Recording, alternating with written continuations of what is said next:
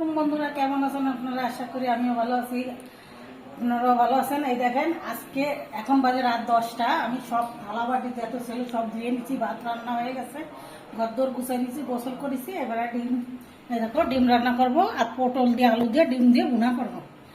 আমি রান্না করি, আপনারা দেখতে থাকো। আমি গুছাই নিই, আমি এটা ঢেকে দিই, সিদ্ধ হয়ে যাক, তারপরে পটল টটল কুটে নিই, মশলাটা বাটি। এটাকে রান্না তারপরে দেখাবা সিদ্ধ হবে। কুটে নিই। আচ্ছা তাহলে হোক, তবে আপনাকে দেখাচ্ছি।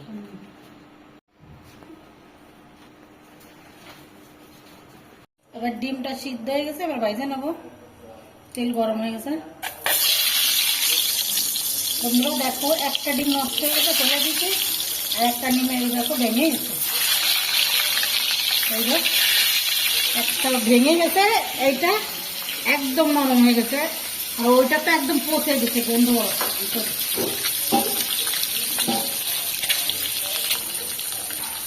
ডিমটা ভালো করে বাইরে নিই।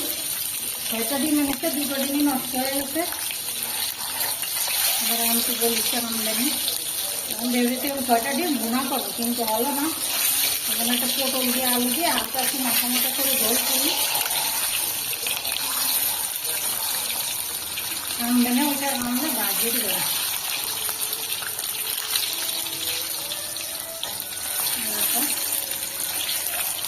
সুন্দর করে বাইরে নিচ্ছি আমি।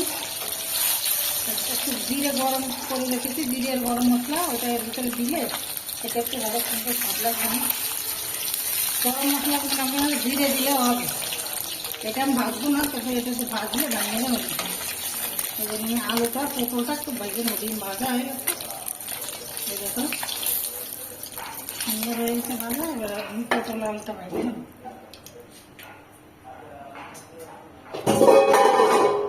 পটল আলুটা ভেজে নিই ভালো করে, সুন্দর করে। আদা রসুন পেঁয়াজ দিয়ে দিচ্ছি।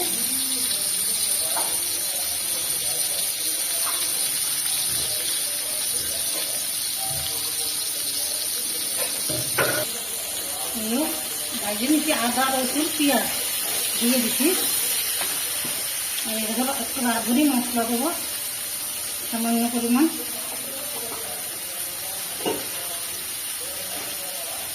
লবণ দেবো, লবণ,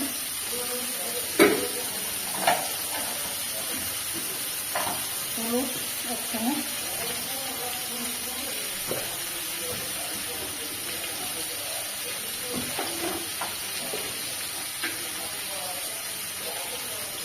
গুঁড়ি দেবো 1.5 চামচ।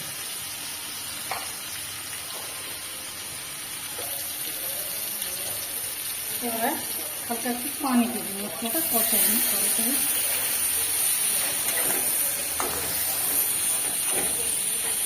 বন্ধুরা কালারটা কত সুন্দর হয়েছে। এখন রাত 10-11টার মধ্যে বাড়তি যায়।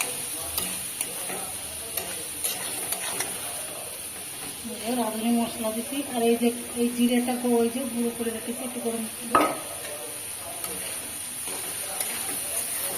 আমি সামান্য একটু কষাই নিচ্ছি, সামান্য একটু কষার পানি দিই, কেন আলুটা ভেজে নিচ্ছি, অল্প করে পানি দিচ্ছি।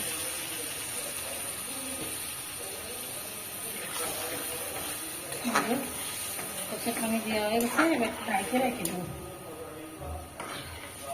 একটু ঢাইকে রাখি, এটা হয়ে যাক, তারপর দেখাবো আপনাদের।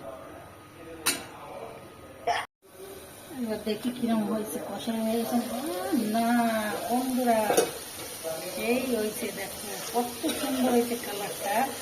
আর রাঁধুনি মশলা দিচ্ছি তো, এটা একদম অনেক সুন্দর একটা ফ্লেভার আসতেছে। এই দেখো আলু গলে গেছে, কেন আমি আলুটা পটলটা আগেই ভেজে নিচ্ছিলাম।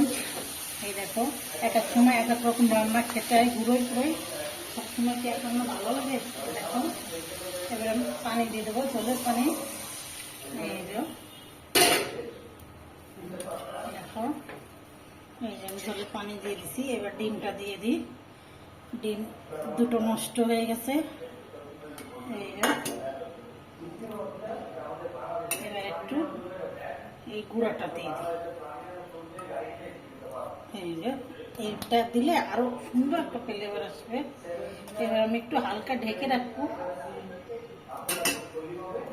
ঢেকে রাখি, তারপরে হয়ে নাও আপনাদের দেখাবেন। এত সুন্দর হয়েছে, মানে খেতেও খুব সুন্দর লাগবে। কম জল দিয়ে রাখি, এই দেখো হয়ে নাও, তারপরে দেখাচ্ছি। দেখি কিরম হয়েছে তরকারিটা। না সেই কালার হয়েছে, আলুটাও গলে গেছে মাখনের মতন। এই দেখো কত সুন্দর একটা ফ্লেভার আসছে, দেখি খেয়ে দেখি কি সুন্দর। সেই স্বাদ হয়েছে বন্ধুরা। আমি যেরকম করে রান্না করেছি এরকম আপনারাও বাসায় রান্না করতে পারে। সোজাসুজি আড়াআড়ি রান্না, মানে সব রকম ঘুরায় ঘুরায় খাইতে হয়। খুব সুন্দর হয়েছে রেসিপিটা। এই দেখো ঝোল নেই বেশি, এই দেখো এইটুকু আমি রাখবো। এই দেখো মাখা মাখা। এবার আমি ঢেকে রাখি, বন্ধ করে দেবো। আপনারাও এই রেসিপিটা বাসায় তৈরি করে খেয়ে দেখবেন, খুব সুন্দর হয়েছে। ডিম দিয়ে আর হলো পটল দিয়ে আলু দিয়ে। আমি এবার ঢেকে রাখি, বন্ধ করে দেবো। হয়ে গেছে। আল্লাহ হাফেজ, সুস্থ থাকো, ভালো থাকো, আল্লাহ হাফেজ।